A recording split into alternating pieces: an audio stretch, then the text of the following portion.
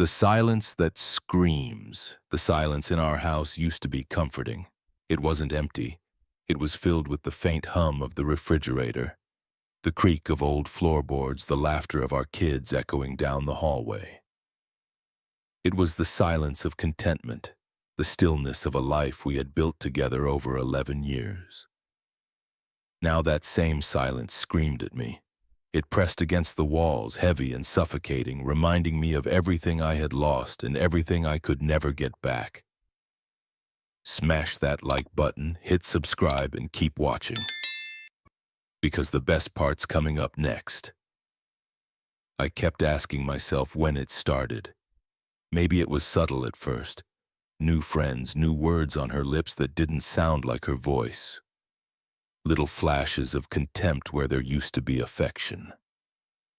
Coffee I made for her was no longer an act of love. It became ammunition. "Men are oppressors," she snapped one morning, staring at me with eyes that had grown cold. "You were born evil." She spat the words like poison, as if my existence itself was an offense. I laughed it off at first, nervously trying to chalk it up to stress or a bad day. But somewhere in my gut I felt the tremor of a fault line beginning to split. The gut punch came late one night. She stumbled in reeking of cheap wine, her hair tangled, her phone conveniently dead. Her eyes were distant, fixed on something I couldn't see. The next morning, when I asked where she'd been, she exploded. "Controlling!" she shrieked. "Paranoid!" But I knew. 11 years together, and I knew her tells better than my own reflection.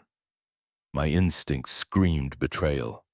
When I found the deleted messages, when the truth unfolded in my shaking hands, it was like being gutted alive. She hadn't just been unfaithful, she had been planning. Carefully, coldly, a blueprint for dismantling our marriage.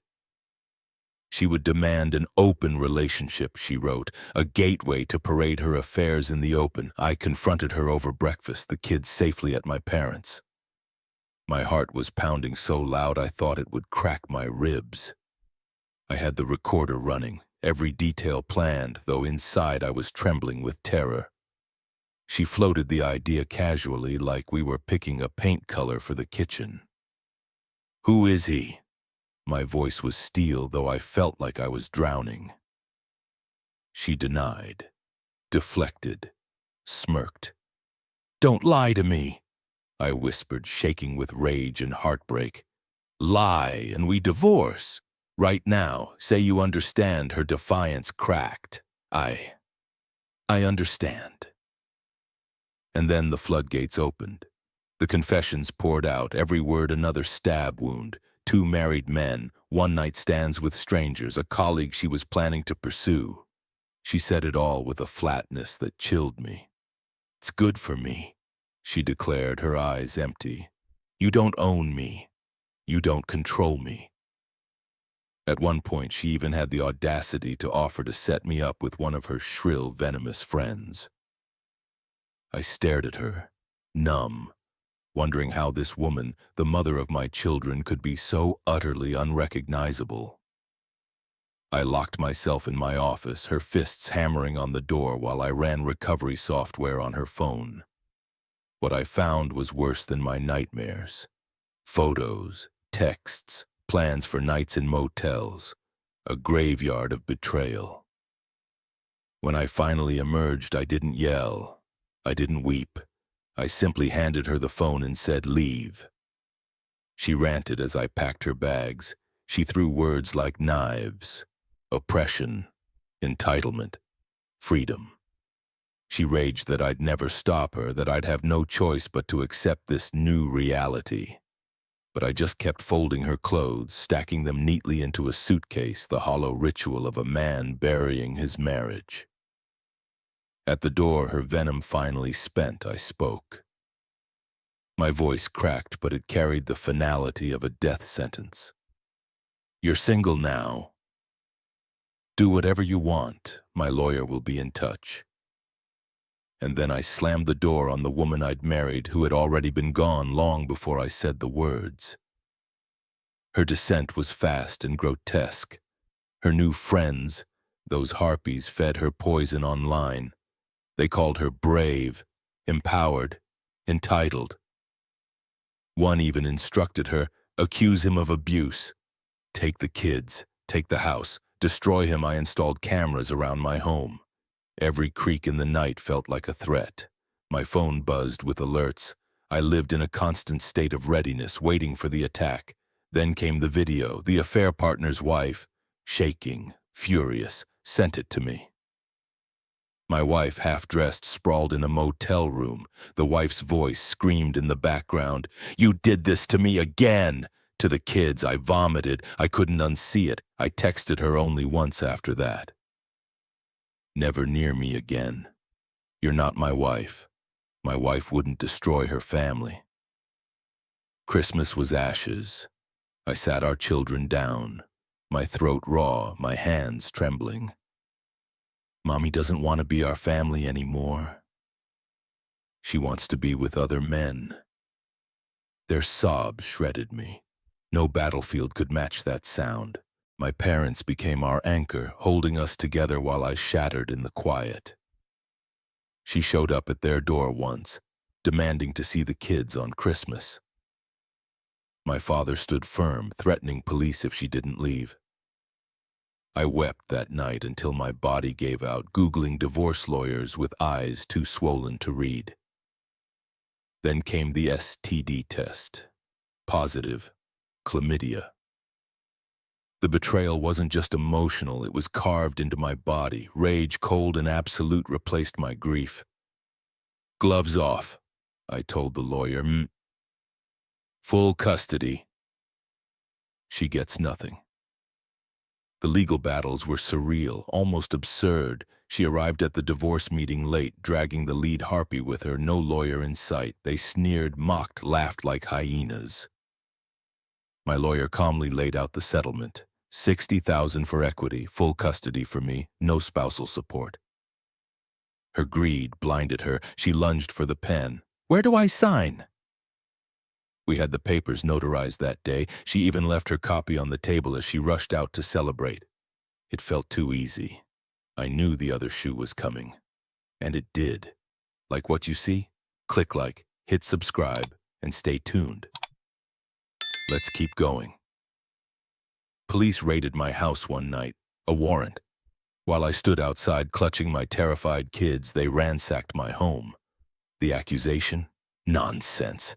Fabricated. Later I learned the truth. She and her friends had stolen my car while high, crashed it into a house, and gotten arrested with drugs in their possession. That night, my home felt violated beyond repair. I broke down on the porch, certain I couldn't crawl out of the wreckage of my life.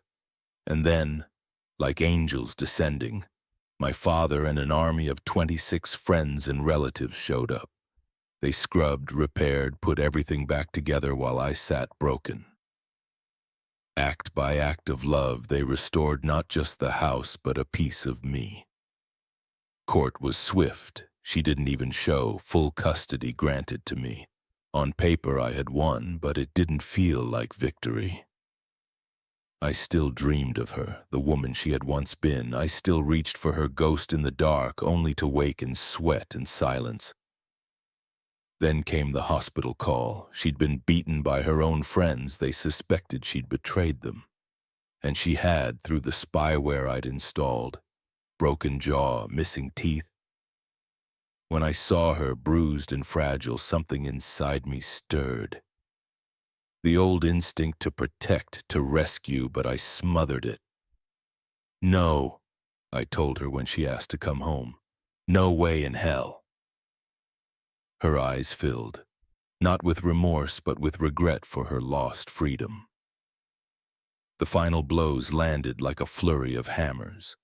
The hospitalized harpy, desperate and dying, confessed everything. Meth addiction, prostitution, selling themselves to feed the habit. My wife was no different. Henrietta had pulled her under and she had drowned willingly. The next call shattered me completely. A suicide attempt, a chilling text, and a ping on her phone. Her father found her unconscious on a park bench. They dragged her into rehab, locked her in, medicated her through detox. I held my kids and prayed, not for her, but for the strength to tell them if the worst happened. And then it did. She overdosed inside the rehab center.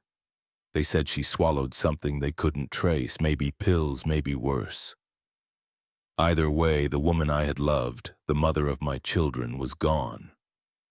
Not taken by another man, not even by divorce, but swallowed whole by the abyss she had chosen. Now the silence in my house is different, heavy, complicated. It is grief layered with betrayal, relief tangled with sorrow. When the kids ask, I tell them the easiest truth. Mommy was very sick, and the sickness took her. They don't need to know the rest, not yet, maybe not ever. Henry, the ex-husband of one of the Harpies, brings his kids over sometimes. We sit together, two broken men patched together by survival. Our kids play, laughing at cartoons, their joy fragile but real. At night, after they're asleep, I let the grief come. I cry for the wife I lost, for the family she destroyed, for the mother my kids will never really know. I cry for myself, too, for the man who believed in love and for the ghost of a marriage that dissolved like smoke.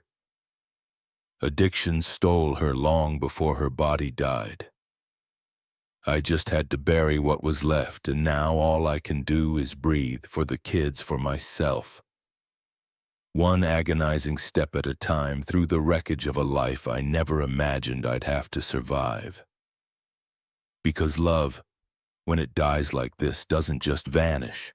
It lingers, it haunts, and it leaves you forever wondering how the bright, beautiful woman you once married ended her days broken, alone, and lost to the darkness she chose. This story isn't just about betrayal or addiction. It's about how quickly a life can unravel when pain goes untreated, when choices are driven by emptiness disguised as empowerment. What haunts me most is the slow erosion, the way love doesn't explode but corrodes. It's a warning, a tragedy, and a testament to how strong a person can be when they have no choice but to survive. No one walks away from something like this untouched, but sometimes survival is the quietest kind of courage. If this story resonated with you, or if you have thoughts, experiences, or even just support to share, drop it in the comments. Don't forget to like, subscribe, and share this with someone who might need to hear it. Your voice matters, and you're not alone.